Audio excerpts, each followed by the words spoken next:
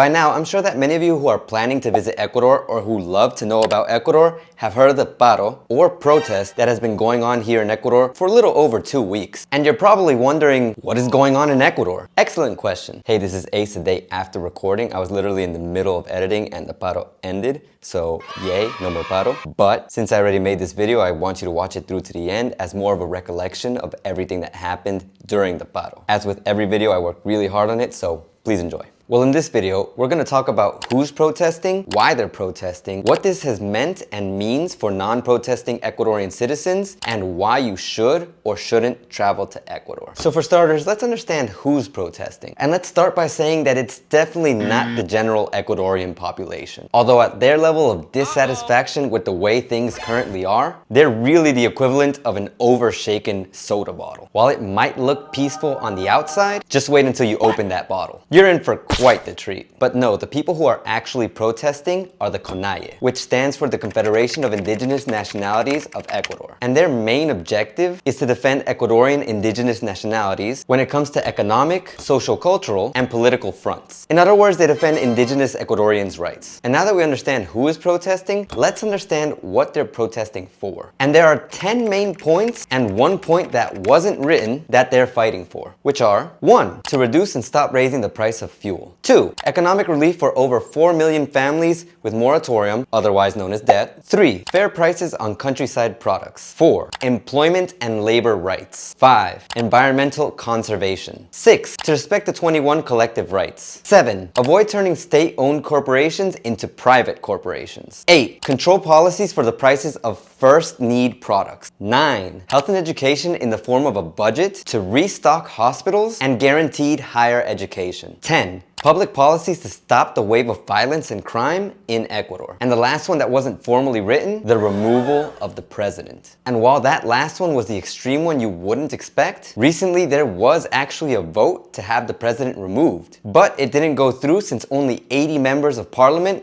were actually in favor, while a total of 92 were needed for the removal to be approved. And if you're wondering, how did it even come to this? Then that is a very good question, especially since normally you'd need about 3 years where the president did not fulfill what was promised, but only a year has passed with Lasso as president. So once again, you wonder, how did it come to this? And to be honest, my answer to any oddity happening in Ecuador is welcome to Ecuador, because weird things happen here all the time, both good and bad. But the official reason is because of the protests. In other words, since these paros are taking place and the country is in chaos, they bypassed the need to wait 3 years and allowed the voting for the removal of the president, which I think is crazy. But hey, who am I to say what's crazy or sane, right? But what has all this meant and mean for everyday Ecuadorians? Well, so far it's meant for people living in the middle of the paros, in other words, Quito, are unable to work. If they try to do so, they get robbed and shut down by protesters, which is why I've been surprised to hear people talking about peaceful protests, especially after seeing this scene taken out of Resident Evil. Oh wait, no it isn't. It's actually Puyo, where a police station was actually burned down. Places further out, such as Cuenca, have also felt the effects, since they have been unable to receive gas to work, and transportation in and out of the city has been complicated due to roadblocks. Speaking of which, there are over 50 roadblocks nationwide. And while these roadblocks are a problem for people wanting to work, they're also causing complications to hospitals that can't receive oxygen, as well as other medical supplies. And for places even further out, such as the coast, there have been shortages of certain produce that is brought in from the highlands. And for the produce that has been able to arrive or has been left over, there's been a gradual rise in price over time, which is horrible. No one in Ecuador should have to pay more for produce when their salaries are already abysmally low. And I can only imagine how much worse the situation is for those who can't work right now. And if all that weren't bad enough, crime keeps running rampant in most Ecuadorian cities, which makes it really difficult for anyone to feel safe going out unless they're either carrying full body armor or have the power of invisibility. And unfortunately, I'm pretty sure no Ecuadorian can say they have either. Now, if you're still wondering if you should visit Ecuador, then I've got to say you've got some real cojones on you if you're still thinking about coming